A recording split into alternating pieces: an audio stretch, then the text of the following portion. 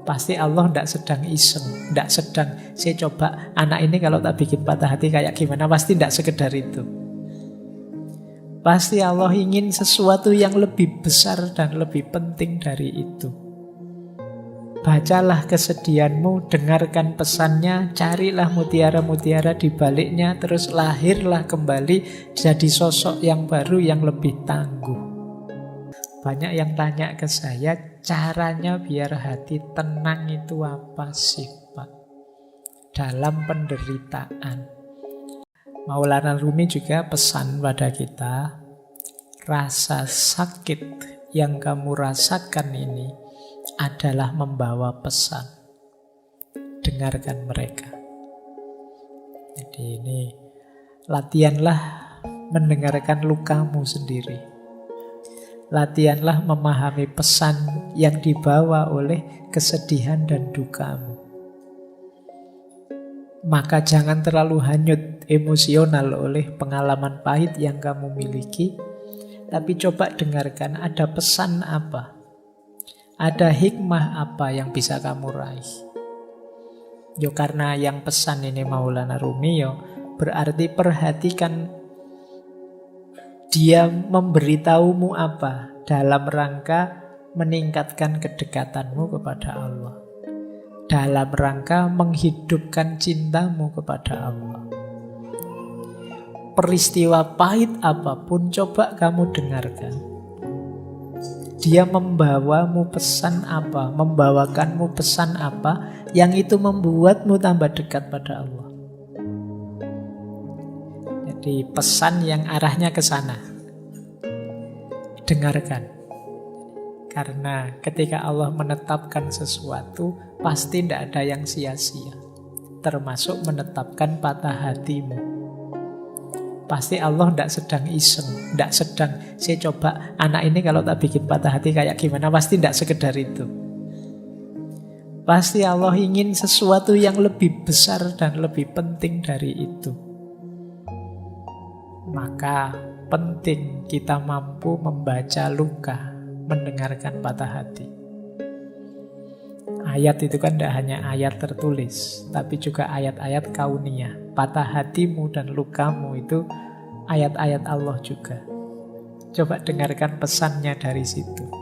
Jangan-jangan mengingatkanmu atau mengujimu atau mendorongmu untuk tambah dekat padanya. Dan seterusnya. Baik, kita sudah ketemu Maulana Rumi dan ada kalimat yang menarik dari beliau. Di mana ada kehancuran, di situ ada harapan akan harta karun. Harta karun itu kan biasanya terkubur di balik puing-puing. Kalau tersimpan di lemari kan tidak disebut harta karun. Harta karun ini biasanya tersembunyi. Dan ini ada di balik kehancuran.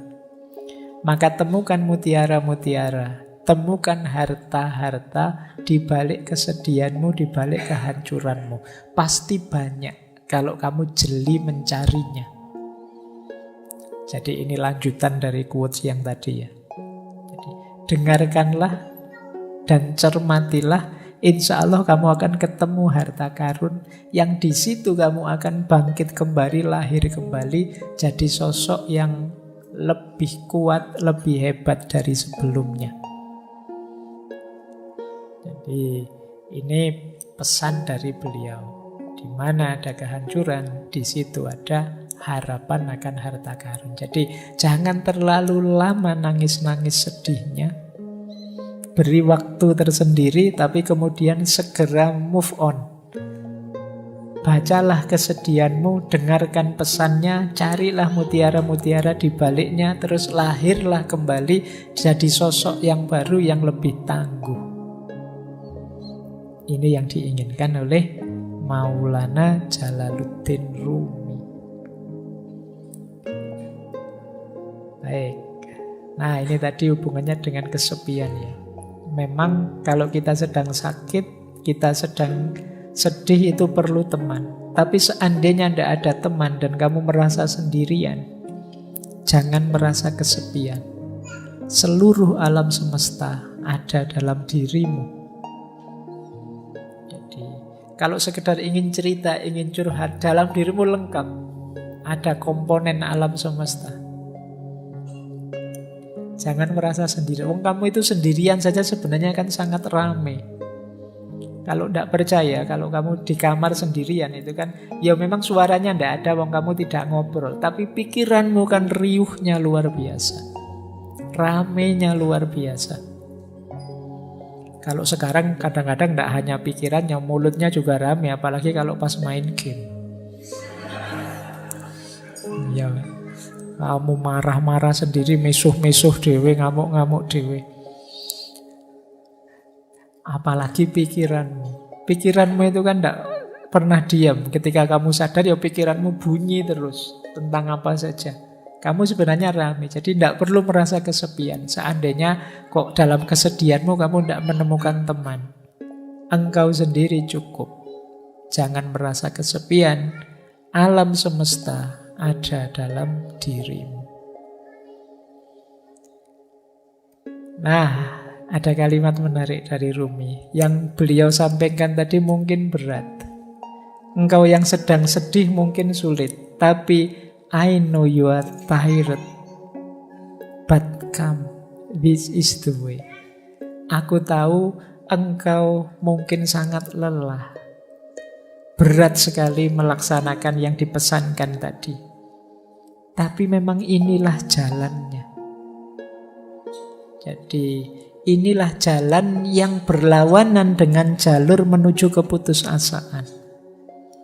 Jadi aku tahu engkau lelah, tapi inilah jalannya. Ayo pelan-pelan kamu tempuh jalan ini. Jangan mengambil jalan yang sebaliknya, yaitu jalan keputusasaan.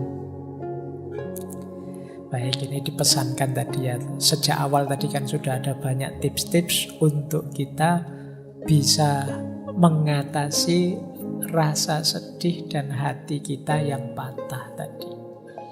Paling tidak kita menghindari gol di gawang keputusasaan. Dan memang hanya ini jalannya, kata Maulana Jalaluddin Rumi. Nah, ada satu teori dalam dunia tasawuf. Nanti coba kalian cek ya. Kalian dalam sedih ada di mana? Hubungan kita dengan Allah saat kita menderita. Ada fase confirming, ada fase responsif, ada fase ekstatik. Orang yang ada di fase confirming itu orang yang ketika sedih bisa merasakan hadirnya Allah. Terus dia tenang dan muncul harapan-harapan baru.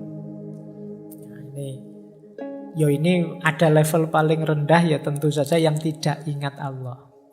Ini level awal itu ingat Allah. Jadi sudah ingat Allah.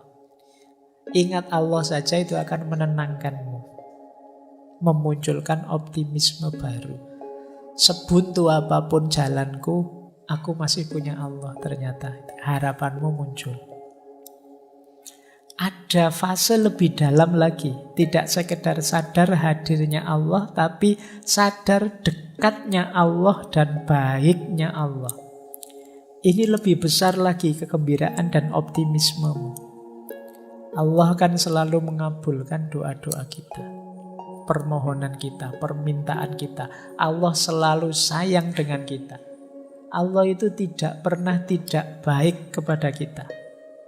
Kita saja yang keluar jalur, sehingga kebaikan Allah tidak sampai. Kita saja yang ambil jalan rute yang berbeda dengan yang diinginkan oleh Allah.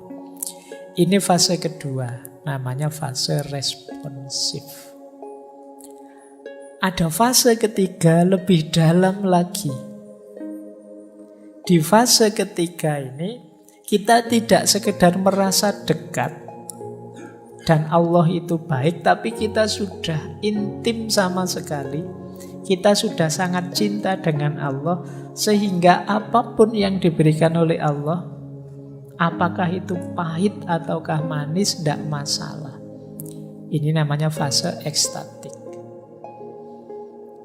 Nah, dalam kesedihan kita ada di mana? Allah yang hadir dalam diri kita, apakah sekedar confirming, apakah responsif, ataukah sudah ekstatik?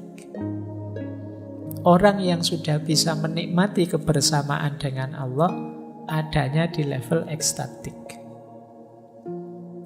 Orang yang hanya sadar Allah itu ada kok, Gusti Allah ora sare, itu namanya fase confirming.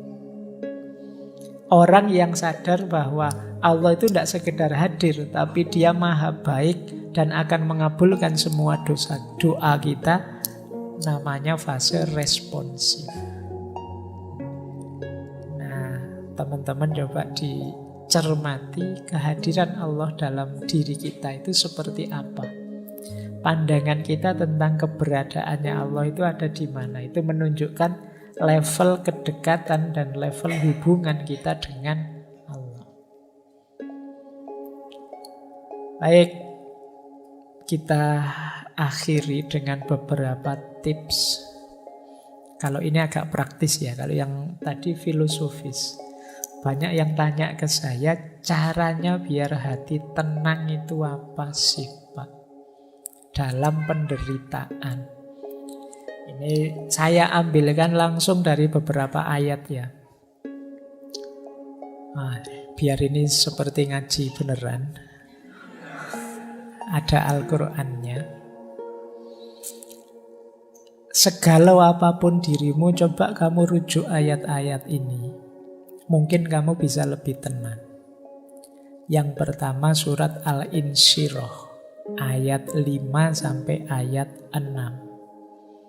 Yang bunyinya adalah fa inna ma'al usri yusra, inna ma'al usri yusra.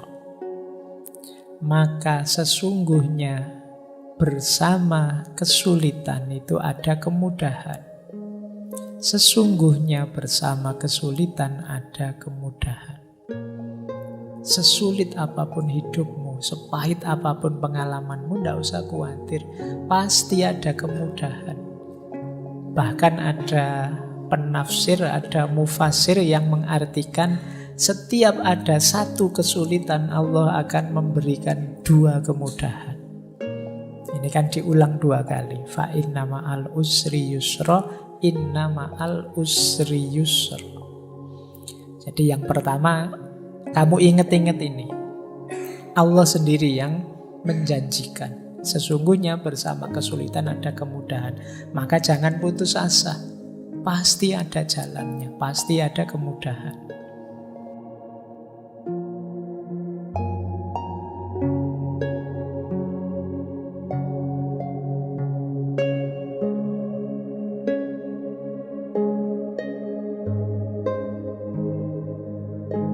Allah sendiri yang menjanjikan. Sesungguhnya bersama kesulitan ada kemudahan. Maka jangan putus asa. Pasti ada jalannya, pasti ada kemudahan.